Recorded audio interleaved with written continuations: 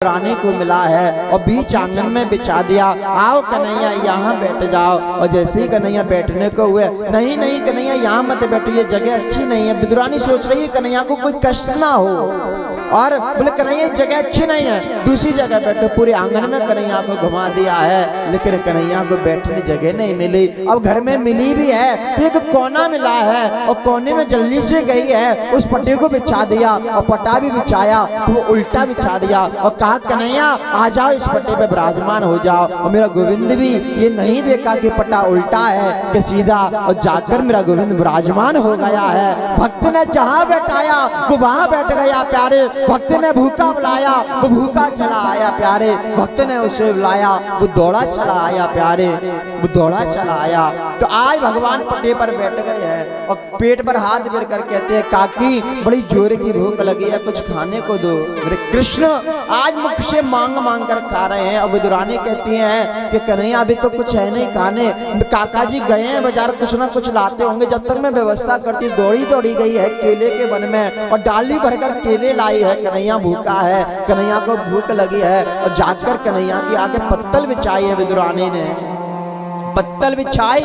तो आज विदुरानी ने क्या किया, केले के छिलके उतार उतार कर उस पत्तल में कन्हैया के आगे रखती जा रही है। कुछ होश नहीं है इसको, सुध बुध भूल गई है, कुछ याद नहीं है इसे कि मैं क्या कर रही हूँ। छिलके कन्हैया के आगे रखती जा रही है और फल फेंकती जा रही है, और कन्हैया प्रेम से छिलके खाते जा रहे हैं प्यारे, प्रेम से छिलके खाते जा रहे हैं। भक्त ने जब भोग लगाया भगवान उसे पाते जा रहे हैं। 30 35 40 छिलके खा गए भगवान, पता ही नहीं चला है भगवान को कि भगवान खा क्या रहे हैं। इतने में विदुर जी आ गए, दरवाजा खोल खटखटा रहे हैं। विदुरानी दरवाजा खोलो, और विदुरानी आई है, क्यों चिल्ला रहे हो? अरे कन्हैया आने वाला है, उसके आने की तैयारी तो करो कुछ। विदुरानी कहती है अरे आने वाला नहीं हुआ, अरे वो तो आ गया है और घर में बैठा है। अच्छा तुमने कुछ खाने दिया कि नहीं? बोले हाँ केले पा रहे हैं अंदर। अंदर विदुर जी ने आकर देखा तो कन्हैया उल्टे पट्टे पर बैठा है, और उल्टे पट्टे के साथ साथ जो पत्तल डली है उस पत्तल में केले के छिलके कन्हैया आगे आगे पड़े हैं। और जैसे ही ये देखा है विदुर जी के नेत्रों से आंसू आने लगे, कहने लगे ये क्या कर रही हो तुम?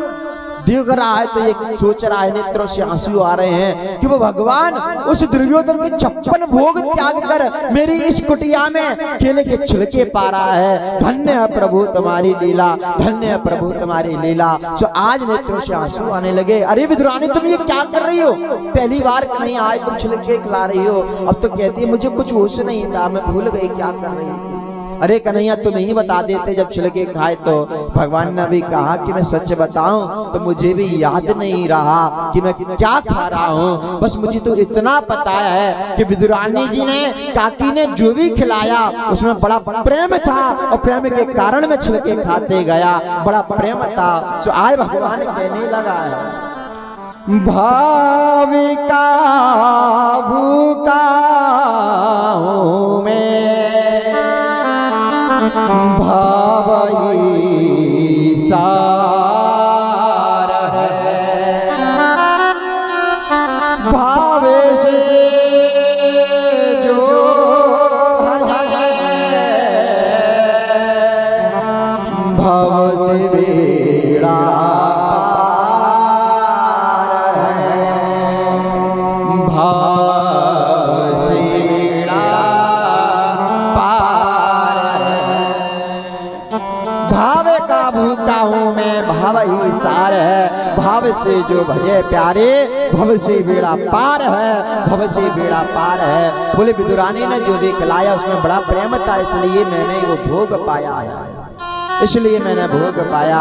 सो आज भगवान दुर्योधन के 56 भोग त्याग कर विदुरानी के घर केले के छिलके भगवान ने पाया। एक दिन भगवान अपनी लीलाओं को संपन्न कर कर जब जा रहे थे तो उद्धव जी ने पूछा कि भगवान एक बात बताओ, आपने इतनी जगह भोग पाया, सबसे ज्यादा आनंद आपको कहाँ आया? तो भगवान ने उद्धव जी से कहा कि उद्धव मुझे 2 ही जगह आनंद आया है। एक